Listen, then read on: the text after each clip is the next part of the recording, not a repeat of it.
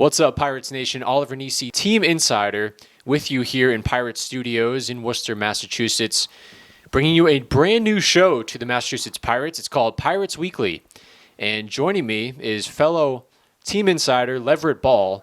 Leverette, you are the sideline reporter for the Pirates, and you are a Team Insider. And before I go anywhere else, why don't you step in and tell Pirates Nation who you are and how you got to the Pirates? Sure. Well, thank you, Oliver. And like you said, joining the team, in a role on game days as the sideline reporter, and also doing some content stuff throughout the week. My previous experience, I covered the major Boston teams such as the Patriots, Celtics, Bruins, and Red Sox for the Boston Herald. I've also done play-by-play announcing and sideline reporting for college teams such as Harvard University, Northeastern University, and Holy Cross. And now here with the Pirates. And, I couldn't be more excited for the upcoming season and for the team's move to the IFL. Those are it's a pretty cool resume you got going there. The Boston Herald, that's some big stuff. I was also hired as a dog walker one summer in college as well. So, my LinkedIn profile is filled out now. Well, Pirates Nation, I'm still getting to know Leverette, but I'm sure, as you can tell, the intro to Leverette is that he's a pretty funny guy. He's got a great sense of humor. Leverette Ball and Oliver Nissi, Pirates Insiders with you. And Leverette, the opening episode of Pirates Weekly is going to be the IFL Team Showcase, when we're going to go through the first half of the IFL season. Before we do that, I want to touch upon the Massachusetts Pirates because, we are Pirates personnel. We in Pirates offices here. And I want to quickly go through a brief history of the Pirates. So, they were announced as a team in 2017. They began in 2018 in the National Arena League. They spent 2 years in the National Arena League. And those 2 years were full of success. They went 11-5 in the first year, made it to the playoffs again in the second year in 2019. And unfortunately, bounced from the playoffs in both seasons. 2020 was... It didn't happen. COVID-19 happened. It took the place of the season. So here we are heading to 2021. We're about a little over 5 months away, or about 5 months away from the season, the 2021 season. And Leverette, I just threw a lot at you, but when you look back at the Pirates in their first 2 years, what comes to mind? Well, like you said, they're still a relatively new franchise. They began as an organization with a 3-year NAL contract. You mentioned the first two seasons they played in 2018 and 2019. After announcing the franchise's start in 2017, in 2020 it was supposed to be the final year of their 3-year contract in the NAL, but obviously the NAL, like a lot of, professional and college leagues around the country, had to cancel because of COVID. And then after that, with the 3-year contract up, the Pirates were looking for a new home, and they joined on with the IFL. And, there are so many different indoor leagues across the country, but many believe that the IFL is supposed to be the next big thing in the world of indoor football. Obviously, the NFL and Canadian Football League have been very stable leagues for a very long time. But ever since the AFL, the Arena Football League, ceased operations, it hasn't really been clear who the number one indoor league is, and also who the number 2 league in the United States is behind the NFL, obviously with the CFL being in Canada. And so many believe that the IFL will be that next league that is the clear-cut top indoor league in the country. That's why you have some original IFL teams, but also teams like the Pirates and others who have played in other leagues and now want to move over to the IFL to go up against the top competition. And so, with the history you mentioned with the Pirates in their first 2 seasons while they were an NAL team, they have some momentum, and they feel as though they're, like I said, going up against the top competition in the IFL, and it'll be exciting to see what they can do. Yeah, and the Pirates are one of the many teams, several teams in the IFL now, as you mentioned, that are coming from different leagues, joining this spudding, growing league in the IFL. I'm right there with you. I believe that the NFL is there. It owns one day of the week, but after that, the IFL, especially since it plays in the NFL offseason. So it's like you got football all year round. And the IFL is just, it's been strong for over a decade now, and it's got all these new teams in, like we've been saying. So the Pirates are in a great place in the IFL, their new league. They're heading there in 2021. Leverette Ball, Oliver Nissi, first edition of Pirates Weekly, a new show for the Massachusetts Pirates. When we come back, we're going to touch upon the first half of the Massachusetts Pirates schedule for 2021. And looking forward to Leverette. We'll see you on the other side. Welcome back to Pirates Weekly. Oliver Nissi and Leverette Ball alongside team insiders for the Massachusetts Pirates. This is the first episode of Pirates Weekly, and we are jumping into the first game the Pirates will play in the 2021 season. It will be on the road in Bismarck, North Dakota against the Bismarck Bucks. That game is on April 2nd on a Friday at 7:05 Central Standard Time at night. And Leverette, we're going to jump in and talk about the Bucks. The Bucks are entering their fourth season. They started in 2017, and they played in 2018, 2019, and 2021 will be their fourth full season. But they actually slipped in a game in 2020. The IFL season in 2020 had 2 total games that took place, and the Bismarck Bucks played in one of them. Yeah, and like you said, I mean, the IFL wasn't able to play a complete schedule, in 2020 because of COVID. As the NAL was not able to in a number of different indoor leagues, but they did play 2 games that season before calling things off, and the Bucks were able to play in one of them. The Bucks actually entered this season as the only IFL team to play an IFL game in 2020. And it just goes to show the crazy times we're in right now. But the Bucks also, they're like the Pirates in the sense that they're a team that played in another league before joining the IFL. For the Bucks, when they started out, they played in the CIF, and for anyone not familiar, that is Champions Indoor Football. Then made the move over to the IFL, and hoping to play a full season this year, hoping to play more than 1 game. That would be nice. Obviously the Pirates hoping to play more than 0. Yep. So a lot of athletes who have been on the couch for this past year, looking forward to getting back out on the turf. But also, for the Bucks, one guy to watch out for is quarterback Richard Stemedi. He's a guy who brings a lot of talent. He's a good two-way player, a guy who can deliver the ball down the field, has great arm strength, and also can make some plays with his legs.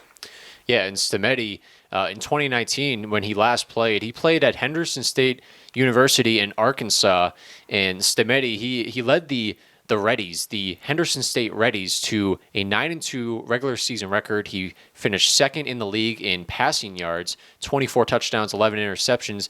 I mean, it's not the biggest school. I mean, there's going to be other players in the IFL, and we'll get to that later, but a lot of these IFL players went to huge schools, but Stemedi, I mean, he didn't have to go to a big school to make it to this league. Right, and that's what's so cool about the indoor game. You have guys who played at Penn State or Georgia or Alabama. You have guys who were in NFL training camps or even made 53-man rosters on NFL teams. But then you also have, a guy like Stemedi who played at a Division II school. But, for a guy like him, he was kind of a late bloomer. And so coming out of high school, he wasn't ready for D1 football, but he developed into a guy who probably could have had a lot of success at a Division I program as an upperclassman. And so, for a guy like him, playing at a small school, he didn't get that exposure from NFL scouts. They're not going to invite a guy from a small school like that to the NFL Combine. His school doesn't even have an NFL Pro Day. So the IFL gives him a chance to get the exposure that he needs. And, there are sometimes those guys who are small school guys who maybe don't get the same exposure as guys at more well-known programs. But when given the opportunity, they're sometimes proven to be just as talented, if not more talented, as guys who played at really well-known college programs. Yeah, absolutely. And the Bucks, you mentioned they played in the CIF. In their first 2 seasons, they went 10-14, but they snuck into the playoffs both years. Both those years were first-round exits, though. And then we talked about how they moved to the IFL. Their first year in the IFL in 2019, they went 2-12. They struggled under first-year coach Rod Miller, but Rod Miller, he returns for 2021, and Rod Miller, the most fascinating thing about him is that he's got over 20 years of indoor football coaching experience, and he's coached in 7 different indoor football leagues during that time. That's incredible. You'll see a lot of guys, a lot of coaches, they'll have experience at various different levels of football, whether it's, the NFL, college, possibly a little indoor here and there. The fact that he's had so much experience specifically in the indoor game is unusual, but that'll give him an edge because the rules are a little bit different, the style of play is different, and I think with all the experience he has in the indoor game, that helps him, coaching up guys who haven't played indoor before. They're coming out of college, obviously playing outdoor in college, or they've played in outdoor football leagues, like the NFL or the CFL, or maybe they've played in another indoor league that has slightly different rules. There are slightly different rules, for example, in the IFL and the NAL, the Pirates' previous league. And so I think for him to have seen as much indoor football as he has gives him an edge, and like I said, it helps him prepare players who are transitioning from the outdoor game or other styles of indoor football. So we were talking about Coach Miller, but a connection that the Pirates and the Bucks have is that Rayshawn Kaiser, the current Pirates defensive coordinator and secondary coach, he started off his coaching career in 2019 as the Bucks defensive coordinator. And Leverette, what do you think it's going to be like for Kaiser as he heads back to play in the stadium where he coached in 2019? Well, I mean, he certainly is familiar, with his experience, being part of that coaching staff, and maybe he can, give the Pirates players some tips, point out certain tendencies that his former team has. It's the same way, when a player will switch teams. Sometimes a team will change up their playbook because they don't want, their former players going to other teams and giving away some of their secrets and certain tendencies and different things that they do. So, like I said, he certainly has that familiarity with the team, and no matter what they do to try and maybe rearrange their game plan or their playbook in a way that he couldn't point out to the rest of the Pirates staff or or some of the Pirates players, he'll still know some of the habits of the players, still know some of their tendencies, and that'll be very helpful. And I'm sure he's going to be a big part of the scouting and preparation for that game.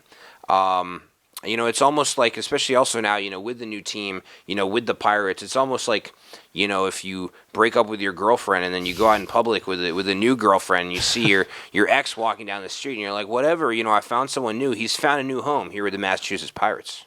Well, I'm sure he likes this girlfriend more than the last one in Bismarck. We'll see, though. Coming up next in the IFL Team Showcase is the Iowa Barnstormers.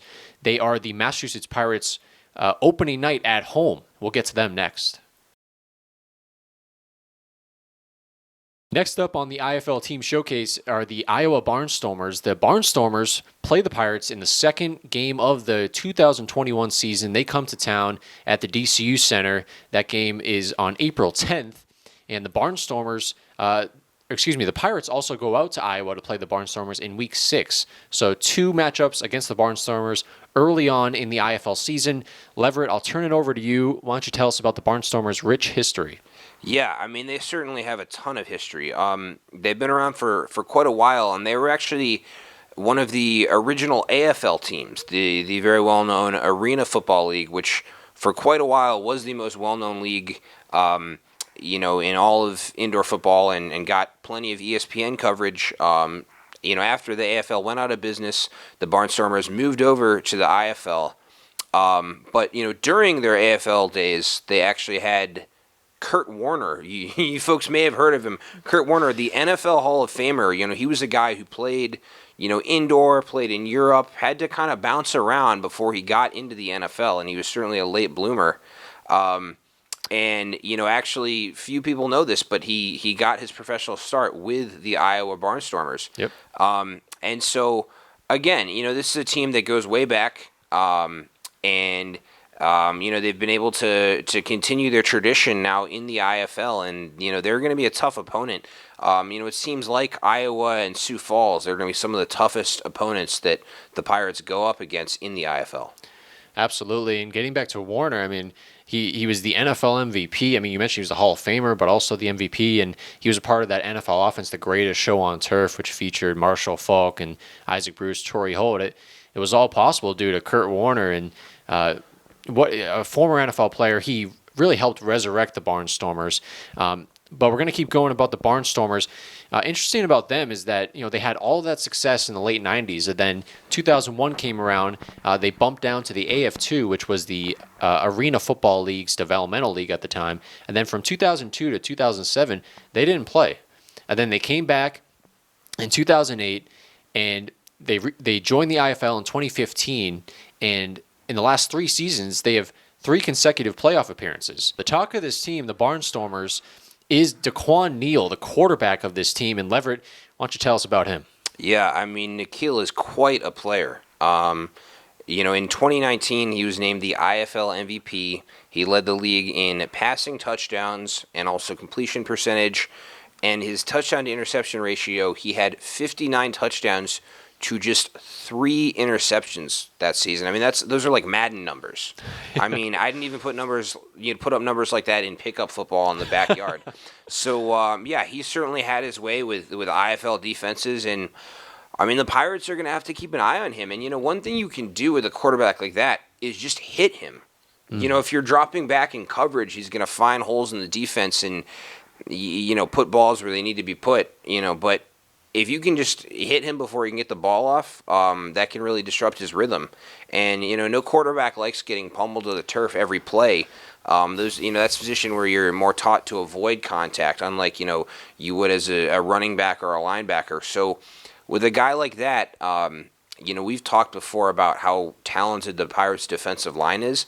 They need to get some of those big bodies in his face and hit him, because if they can't put pressure on him, they give him time to throw in the pocket. He's the type of guy who can carve up your defense.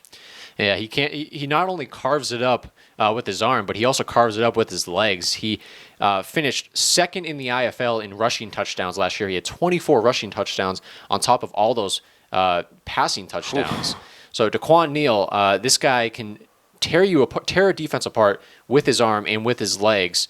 As you mentioned, he's the MVP. Those are some numbers in 2019. Numbers that jump off the sheet, literally. Does he also kick field goals and play defense as well? I mean, what can this guy not do? He might. I mean, we'll see it, and the Pirates fans are in for a treat when this guy comes to town with the Barnstormers. One last thing I'll add about the Barnstormers is that you mentioned that Neal won the MVP in 2019. They also had the MVP. The Barnstormers had the MVP in 2018. Another quarterback, Drew Powell. He's playing for a different IFL team. We'll tell you about that a little later on. But does Kevin Durant's mom play on this team? They're full of MVPs. This is ridiculous. Some superstars. We're hoping some Pirates players can win some IFL MVPs, though, and end their run of all these MVPs on their roster. Next up in the IFL Team Showcase is the Louisville Extreme, the newest member to the Indoor Football League. The Extreme have played in a couple indoor football leagues. They started their history as the Kentucky Extreme in 2013. And Leverette, why don't you tell the audience more about how they've sort of bounced around? Sure. So they're a team that is still looking for a consistent home. They played in the Continental Indoor Football League for a little bit. Then they also looked into playing in both the American Arena League and also the NAL National Arena League, the Pirates' former league. But like I said, they've never been able to find stability with one league. They've bounced around. They've also changed names, like you said. But they're looking to really set some roots in the IFL. Yeah. And really establish themselves. And some of these teams, we've talked about, their history and all the success they've had. This is a new team, and we don't know what to expect from them. They could turn out to be very successful. They might not, but we really just have to wait and see. And like the Pirates, they're new to the IFL, and it'll be a good matchup for these two new teams to go head to head and really try and set the tone for the types of teams that they're going to be in this new league. Most definitely. And the Extreme are the Pirates' opponent in Week 4. They head out to Louisville on April 24th, a Saturday night at 7:05 Eastern Time. And a very interesting thing about the Extreme, I mean, they're just getting started up. I'm sure the roster is not even close to being done. But one thing that is done, and that happened this past summer, is that they have a team president who's a former NFL quarterback, Chris Redmond. He's a Louisville native. He played college football at the University of Louisville, and he was also drafted by your hometown Baltimore Ravens. Yes, he was drafted by the Baltimore Ravens. He spent some time there as a backup quarterback. For any Patriots fans watching this, The Brady 6 documentary talks about the 6 quarterbacks who were drafted ahead of Tom Brady the year that the Patriots drafted him in the 6th round. Chris Redmond was one of those quarterbacks. And no disrespect to Chris, I'd say Tom Brady had a slightly more successful career, but how cool is that to say that you're one of the 6 guys drafted ahead of Tom Brady and now a team president in the IFL? That's quite something. I mean, I watched the Brady 6 documentary, and I believe that was the one where Brady had tears running down his eyes. He was just so. Oh, he did. He was just so grateful to have made such a legacy. And but Chris Redmond, I mean, he won a Super Bowl ring with the Baltimore Ravens, and I mean, he had a long NFL career. It went, I believe, a little over a decade. And during that, in the midst of his career, he even had to take time off. He played actually in the Arena Football League for the Austin Wranglers. So he also. As new president of the Louisville Extreme, he has some past playing experience in indoor football. Yeah, and I think that really helps him. Some people who are only familiar with the NFL game have certain misconceptions about the indoor game. But Redmond's a guy with both experience in the NFL and then also in the indoor game, like you said. It's funny, I keep circling back to the Brady 6 documentary. In that documentary, he talks about some of his time out of the league before he was able to get a contract with the Falcons and get back into the NFL. He did play in the AFL for a little bit, like you mentioned. He also briefly worked as an insurance salesman, which is unusual for a guy to play in the NFL, then go into insurance, and then get back into the NFL. You don't see that often. A guy taking a break from his NFL career, doing insurance, and then getting back into the league. So Chris Redmond's done a little bit of everything. He's been a journeyman, but I mean, I think that's all prepared him for this role, as an IFL president. And he's worn a lot of different hats, and I think he can relate to a lot of different people. Yeah, most definitely. And he's definitely in a great position in his hometown in Louisville to lead this team as you mentioned before. You were mentioning when we first started talking about the Extreme, they're trying to kind of establish themselves in a league. They've been moving around a lot, and I think they have a great chance to do that with Redmond at the helm. When we come back, the next team that the Pirates are playing, this is one we've been looking forward to, the Sioux Falls Storm, the reigning IFL champions. More about the Storm when we come back.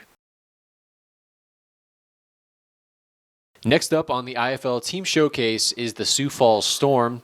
It's a Week 5 matchup against the Massachusetts Pirates. It's the second home game as well. And the theme night for that home game is College Night and also $4 beer night. Leverette, are you a fan of that? It makes me wish I, weren't working that night and were a fan. I mean, $4 beers, that's incredible. Good deal. Yeah, and that's going to be popular for College Night. Yeah. But only for college students who are 21 or older, of course. But yeah, the Storm, though, leaving aside, the theme night and everything, tough opponent. I mean, the Sioux Falls Storm, they have such a history in the IFL. They've won 7 of the 11 IFL championships. So, their theme song should be "All We Do Is Win." I mean, what a force they've been in the IFL, and for a new team like the Pirates, you can make a name for yourself by taking out the big dogs. Go up against teams, like Sioux Falls or, like Arizona and some of the other top teams in the league that we've talked about. Go up against those top teams and make a statement, hit them in the mouth, beat them, and show that you can be a force in the league yourself. Absolutely. And the Storm, you just outlined part of, they've won 7 of the last 11 IFL championships, and they're led by Curtis Riggs, their head coach. And I was doing some research on Riggs. He has 240 all-time wins, just 44 losses. That's good for an 85% winning percentage. If you put that up to the Patriots head coach Bill Belichick since the year 2000 when he took over the Patriots, Belichick has 3 less wins at 237, and Belichick owns a 74% winning percentage. So Riggs has him by 11 points in that department. Wow. Riggs, adding on to the hardware, he's been named the Coach of the Year 4 times. He has led the Storm to 3 undefeated seasons, and he's led the Storm from 2005 to 2008, a 40-game winning streak. So the Storm, Sioux Falls, South Dakota, they certainly rally behind this man. I mean, those are just incredible numbers there. I mean, what a run he's had, and Belichick-esque as far as winning percentage, number of wins, etc. Now, obviously, coaching in the indoor game, he's not going to get as much exposure, as Coach Belichick. But it's always so cool when, you see guys in the indoor game or the CFL who are record setters, but maybe not as well known by the general public. But what a run he's had as a head coach. Yeah, and the Storm, I mean, they've been around since the year 2000. They have 8 Hall of Fame players in the IFL. That's more than any other IFL franchise. Player I want to touch upon is their new kicker, and that is the nephew of New England Patriots kicker Adam Vinatieri. The Storm kicker, his name is Chase Vinatieri, and he's a product of South Dakota State University. I mean, what a small world. And, New England fans know Adam Vinatieri very well, obviously kicking 2 game winners in Super Bowls, and we'll see what type of legacy Chase can put together, and maybe his time in the IFL could get him the exposure he needs to maybe make that leap to the NFL and follow in Adam's footsteps. But I'd say he definitely had a good kicking instructor, growing up, and getting him ready for his time as a kicker at the professional level. Yeah, and you were talking about how you wanted to see the Pirates go up against the Storm. I mean, if you want to make an impression in a new league and the Pirates as they enter the IFL in 2021, you want to go up against the best team. This is the best team in the IFL. I think those stats that I just shared with you, their success, there's no doubt about it. And one thing I found interesting about the Storm is their slogan on social media is the gold standard. It's a pretty cool slogan, in my opinion. It's kind of like the New York Yankees when some of their fans started wearing the shirts that said "Got Rings," referencing all the winning that the Yankees have done, and in their case, talking about the gold standard, all the championships they've won. It almost reminds me of the line in the movie Dodgeball: "We're better than you, and we know it." I mean, talk about an IFL force. I mean, what a run they've had.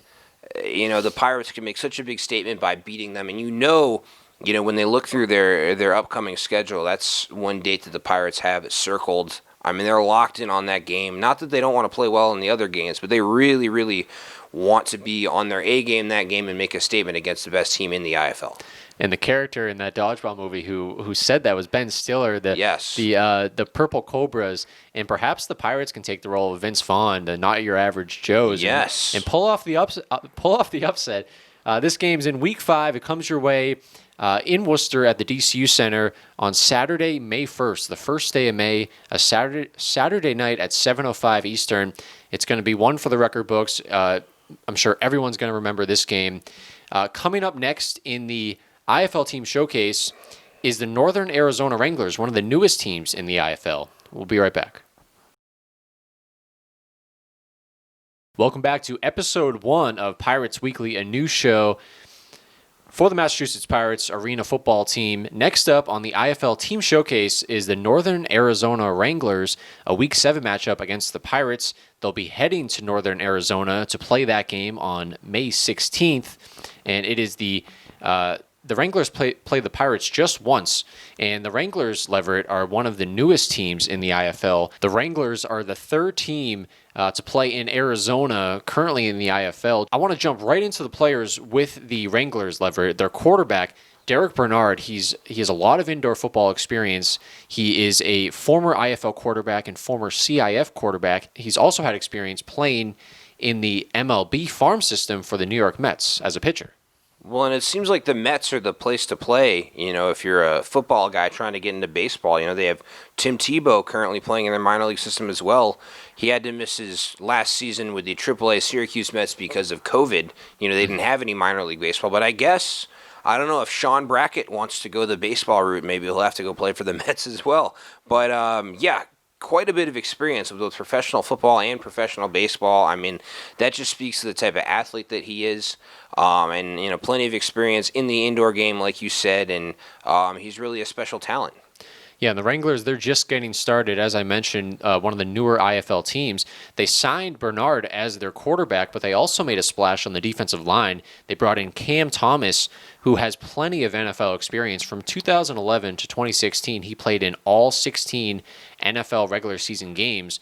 That came with the Steelers, the Rams, and the Chargers. So a pretty nice splash on defense to start out for the Wranglers. Yeah, that's an impressive resume. And we've talked before about how, A lot of indoor football players are guys who never had an NFL opportunity or are trying to advance their careers and get to the NFL eventually. But there are sometimes guys who have already gotten into the NFL, and then after NFL opportunities dry up, they want to continue playing. He's a guy just like that. You mentioned, the vast NFL experience. I mean, obviously he's a talented guy, but with the experience he has, I think, he can be a veteran leader for this team. The Wranglers, I mean, they're trying to build a core, and really a foundation. And it's so interesting in the IFL. You have teams like the Wranglers, like the Pirates, like the Extreme, new teams. And then you also have, other teams who have a bit of history in the league. So it's a mixture of old school and new school, and it'd be interesting to see how things turn out when these teams go head to head. And the Wranglers are brand new professional indoor football team. They play in the Valley of the Sun in the state of Arizona. And one more thing to note about the Wranglers before we move on to the next matchup is their head coach. Their head coach is Dominic Bramante, and Bramante has plenty of experience coaching in indoor football. And Bramante came over from the Duke City Gladiators. They're the Pirates' next matchup in the IFL schedule release. We'll get to that. We'll get to the Gladiators in just a second. But back to Bramante. Bramante led the Duke City Gladiators to 2 consecutive CIF championships, and now he comes over a fresh start with the Northern Arizona Wranglers, and quite a coaching pickup for a new team in the Wranglers. Yeah, and he brings an impressive coaching resume to the table, and in indoor football you'll see so much turnover on both rosters and coaching staffs, but with him, that he's a guy who could potentially be around in the long term, and help this team win on a year in and year out basis. You've seen a number of professional football teams that switch head coaches every year, every other year. They want him, Bramante, to be the future of their organization, and with the resume he has, it looks like he very well could be that guy. So Bramante, the new coach, the first head coach for the Northern Arizona Wranglers, they are the Week 7 matchup against the Massachusetts Pirates in the 2021 season. In Week 8, which is coming your way next, the next matchup for the Pirates are the Duke City Gladiators, the former team for Dominic Bramante, the Wranglers coach. We'll talk about them next. The third home game for the Pirates in 2021 will be against the Duke City Gladiators. That game comes in late May, May 22nd. The Gladiators will be coming from New Mexico to the Worcester area. Again, that's in Week 8. And Leverette, the Duke City Gladiators are a new team in the IFL. Yeah, they're another team that previously played in Champions Indoor Football for a while, but now the Albuquerque-based team will be moving over to the IFL. Like we've talked about before, the IFL is a mixture of teams that have been around for a while and then also some new teams. This is another one of the new teams. They did do some big things in Champions Indoor Football. They have a former NFL draft pick starting at quarterback for them. They have a pretty talented roster from top to bottom, and a lot of things working in their favor. Yeah, and you mentioned they came over from the CIF, and they played their first 3 years in the CIF, and they were about 500 those first 3 years. But in 2018 and 2019, their final 2 seasons in the CIF, they went 24-5, and they won the CIF championship in both years. They come over to the IFL, kind of similar to how the Pirates entered the IFL. The last 2 seasons of play, I mean, they've been very successful. So this matchup in Week 8 will be a matchup of 2 teams that are pretty similar. No question.